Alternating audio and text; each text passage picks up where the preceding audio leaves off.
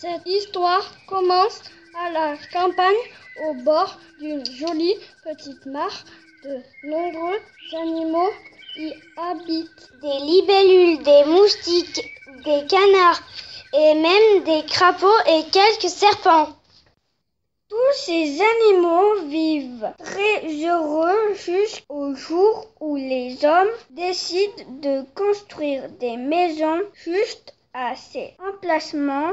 La mare va donc disparaître et tous les animaux avec elle.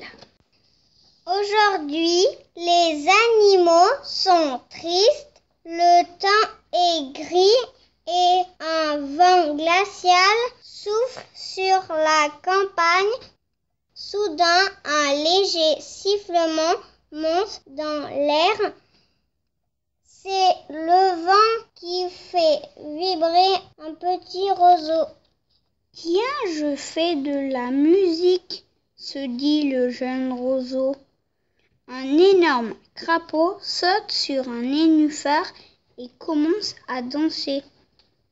Une libellule le rejoint, puis des canards. « Oubliez vos soucis, crie le crapaud. Venez tous danser. » C'est alors qu'un vagabond passe par là. Des crapauds qui dansent avec des canards. Il n'a jamais vu ça.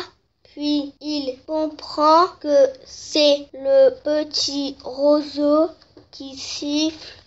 Ce roseau fera une très bonne flûte, pense le bonhomme. Le vagabond arrache le roseau et le taille avec son couteau. Ensuite, il souffle dedans. Au début, on n'entend qu'un petit sifflement, puis le sifflement se transforme en une douce mélodie. Les animaux de la mare sont très surpris. Mais tout en jouant, le vagabond s'en va en emportant sa nouvelle flûte et sa jolie musique.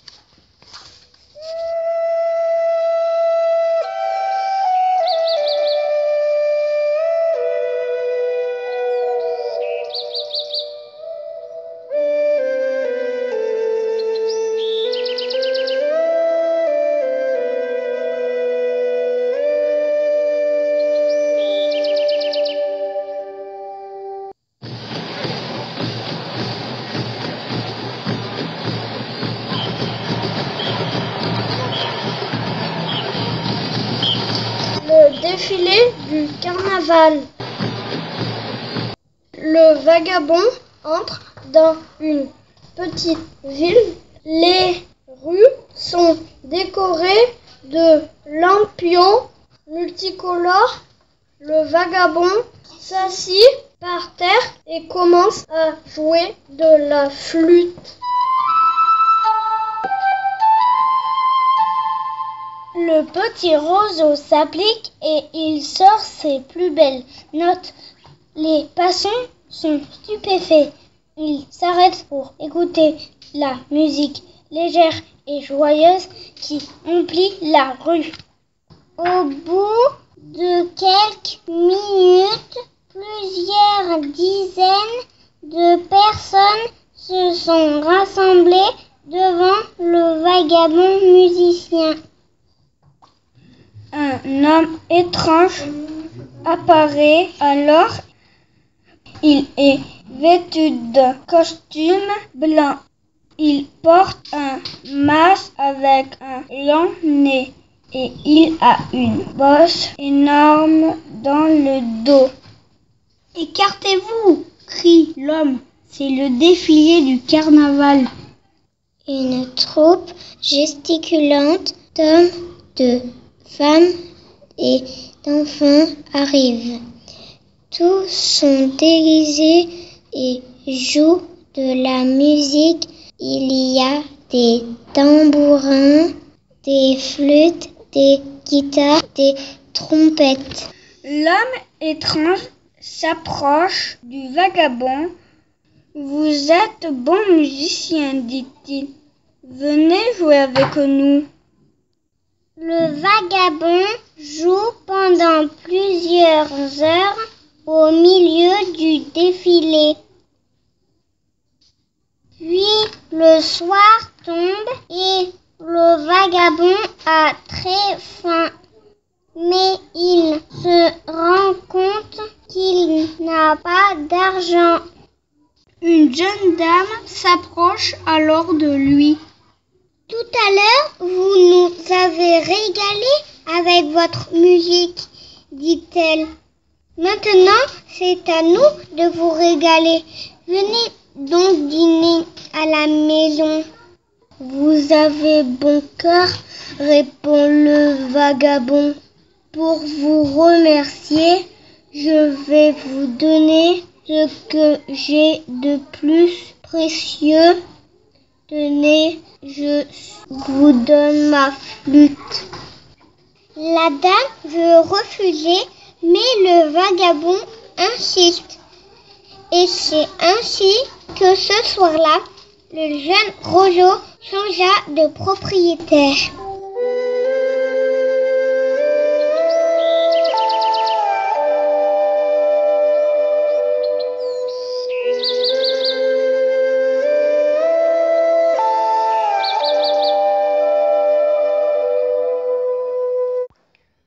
Le concert. La dame joue souvent de la flûte, mais le petit roseau n'est pas content. La dame n'aime pas la musique pour danser. Elle aime une musique qui donne envie de rêver. Je veux jouer une musique plus entraînante, dit le petit roseau. Je veux voir des femmes, des hommes et des enfants tournoyer en riant autour de moi.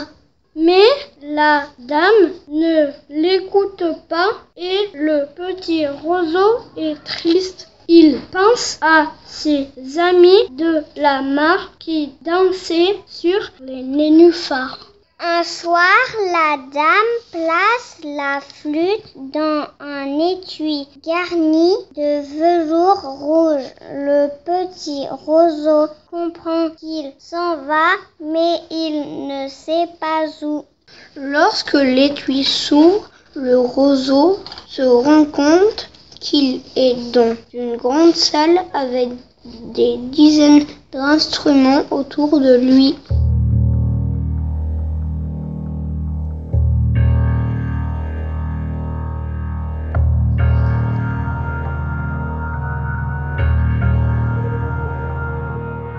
Bonjour mes amis, dit-il. Est-ce que nous allons jouer une musique pour danser ? Pour danser, s'étonne un énorme piano. Sûrement pas. D'où viens-tu pour avoir des idées aussi bizarres ? Je viens de la mare, répond le roseau. De la mare ? Il vient de la mare. Tous les instruments éclatent de rire. Le petit roseau est déçu, on se moque de lui. Tout à coup, le roseau voit des centaines de gens qui entrent dans la salle et viennent s'asseoir devant lui. Soudain, c'est le silence. Le piano joue en premier, puis les violons le suivent. Bientôt, une musique puissante et très belle remplit toute la salle. Le petit roseau écoute cette musique inconnue. Il la trouve magnifique.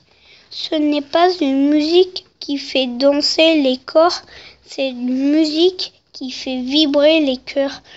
Ne m'oubliez pas, s'écrie le roseau. Moi aussi, je veux jouer de la musique.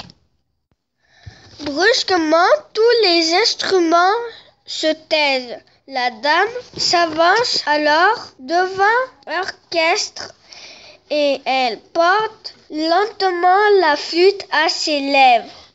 Le petit roseau comprend qu'il est devenu l'instrument le plus précieux. Il s'applique énormément, ses notes sont si pures et si claires que les spectateurs croiraient se retrouver au milieu d'une forêt peuplée de milliers d'oiseaux. Un tonnerre d'applaudissements lui répond.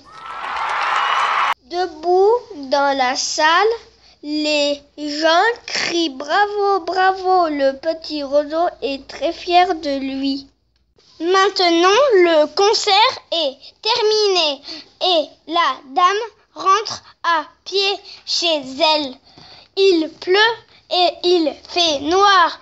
Une voiture arrive. Malheureusement, la dame ne voit pas arriver la voiture qui la renverse. Heureusement, un jeune homme passe en vélo. Il prévient les secours et la dame est emmenée à l'hôpital. « Merci, tu m'as sauvé la vie, dit-elle au garçon. Je vais vous donner ce que j'ai de plus précieux. Je vais vous donner cette flûte en roseau. » Le jeune homme veut refuser, mais la dame insiste. Et ce soir-là, le petit roseau change une nouvelle fois de propriétaire.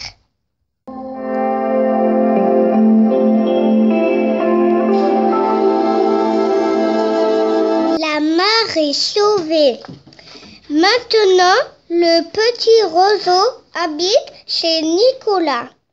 Nicolas a beaucoup d'amis et ils aiment tous la musique.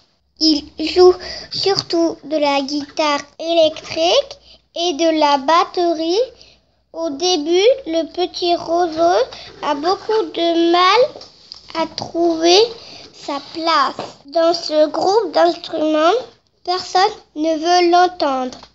Et puis un jour, Nicolas écrit une chanson pour Cécile, son amie. Pendant que Cécile chante, Nicolas joue de la flûte. Un soir, Nicolas apprend une incroyable nouvelle. Cécile et lui ont participé à un concours à la télévision. Le gagnant aura le droit d'enregistrer un disque.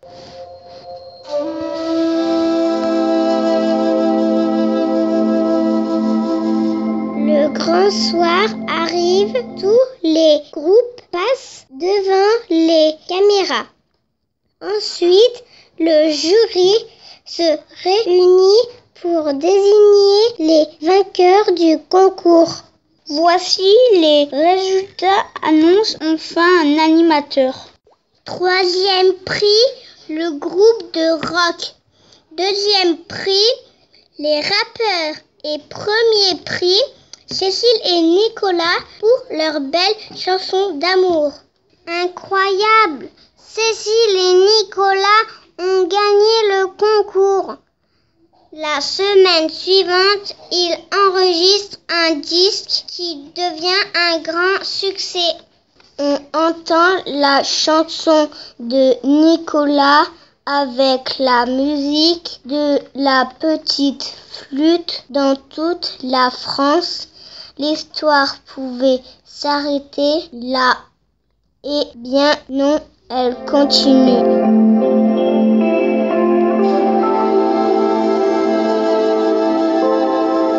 Des ouvriers sont arrivés près de la petite mare. Ils vont la remplir avec du béton.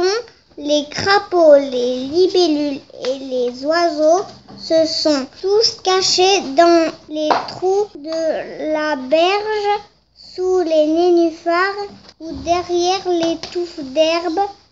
À ce moment-là, dans son camion, un ouvrier allume la radio. Soudain, on entend la chanson de Cécile et Nicolas avec sa flûte. « Écoutez !» crie le gros crapaud vert. « C'est notre ami !» Le petit roseau, il ne nous a pas oubliés. Et voilà le petit peuple de la mare qui se met à danser. Les ouvriers sont stupéfaits, ils n'ont jamais vu ça. Ils appellent le chef de chantier, qui appelle le ministre de la Nature, qui appelle le président de la République. Il ne faut pas détruire cette mare, déclare le président. Il faut laisser les grenouilles, les libellules et les oiseaux danser s'ils en ont envie. Les ouvriers s'en vont et depuis ce jour, la mare vit en paix. Et si la mare et les animaux vivent en paix, c'est bien grâce au petit roseau qui sifflait dans le vent.